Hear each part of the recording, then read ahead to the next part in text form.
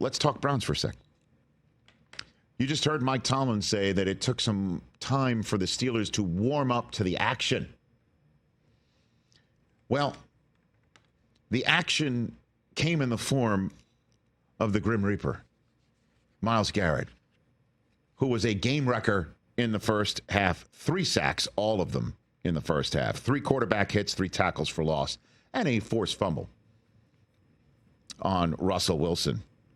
He's the only player in the NFL with multiple games of 3 or more sacks this year. How about that? And he's now the 7th player with 10 or more sacks in at least 7 straight seasons.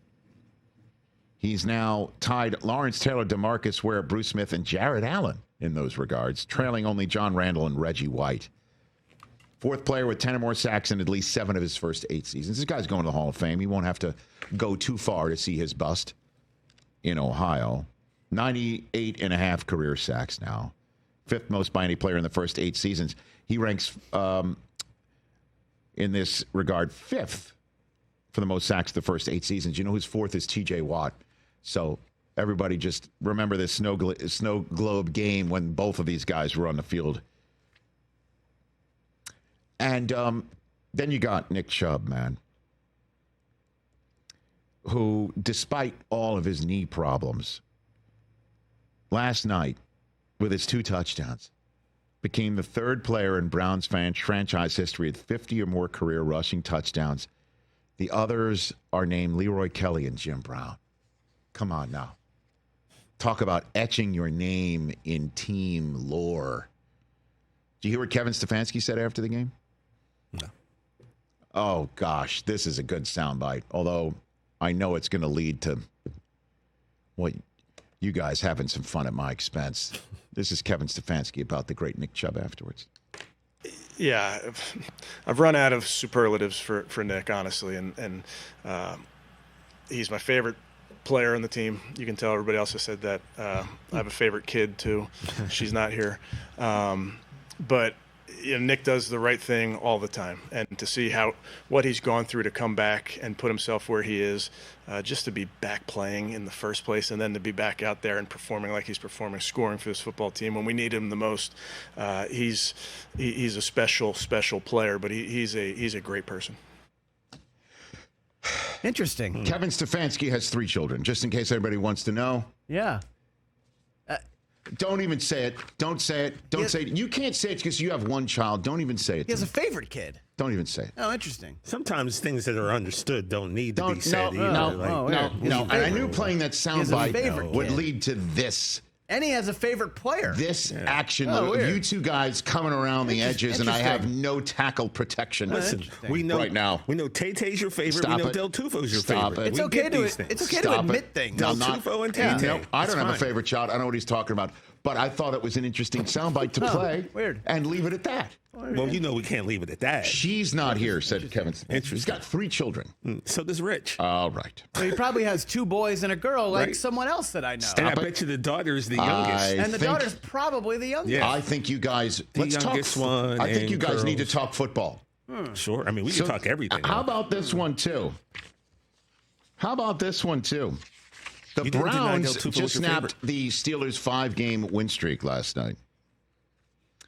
You know what they did a couple weeks ago? Let me give you the exact. In week 8, you know what they did? They snapped the Ravens' 5-game win streak. All right. Oh. They have become. Who are they playing next week? Hold on. The streak is on. A 5-game win streak? Denver. They're at Denver. Denver, okay. Denver. Not a 5-game win streak. They could have a 2 or 3 game. Not a 5-game win streak for Denver. All right. Just 2. Would have been 3 had they beaten Kansas City. Had they gotten that field goal. But anyway, the point is this: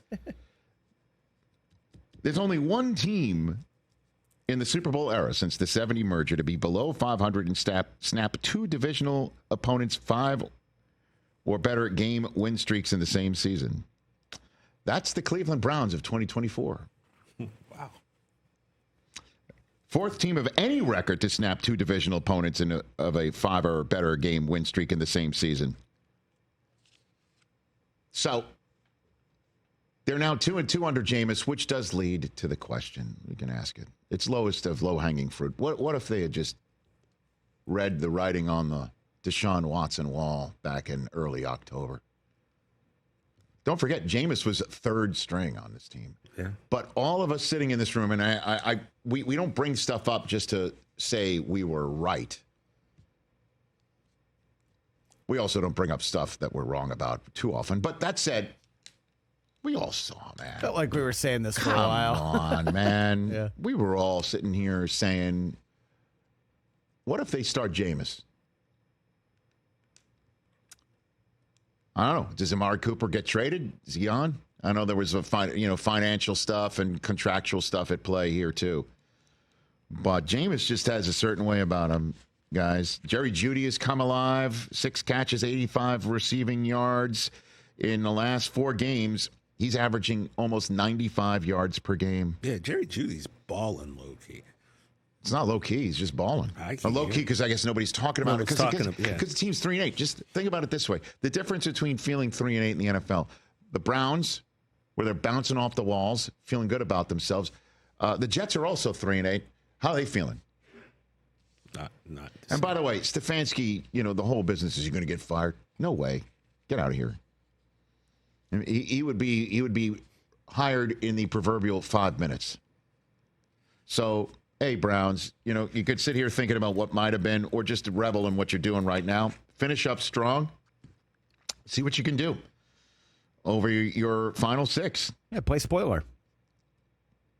They certainly can with Pittsburgh, who they face in the final game of the season. Although they're in that weird spot. They really need a quarterback, they really need to be in the top 5 of this draft. And if they keep winning games, they're not. My bad. It's Baltimore they play in the final game of the season. They play Pittsburgh in a couple of weeks. Denver, Pittsburgh, Kansas City, Cincinnati, Miami, Baltimore. Every single one of those teams has opportunities to either solidify their playoff positioning or try and come from a deep hole to make the playoffs. And the Browns are standing in each one of their ways. And, 9-8. Wouldn't be a bad record to finish and see what happens. Certainly, if you've got to leapfrog teams like, say, Denver, who they're playing, Cincinnati and Miami, who they're playing. Wait, you're talking about Cleveland winning out? If a quarterback can throw it and a running back can run it and a defense can stop it, why not? That would be the worst possible thing for this team. I understand that I don't know. Yeah. Yeah, I understand what you're saying. They went from having the number 1 pick in the draft, being slated number 1 right now, to now 7. But then, you have to win the games in front of you. There's still many grown-ass men in the locker room that need to be attended to. I get it. Which is what I think happened with Daniel Jones. Catch the Rich Eisen Show every single day on the Roku Channel, 12 to 3 Eastern, for free.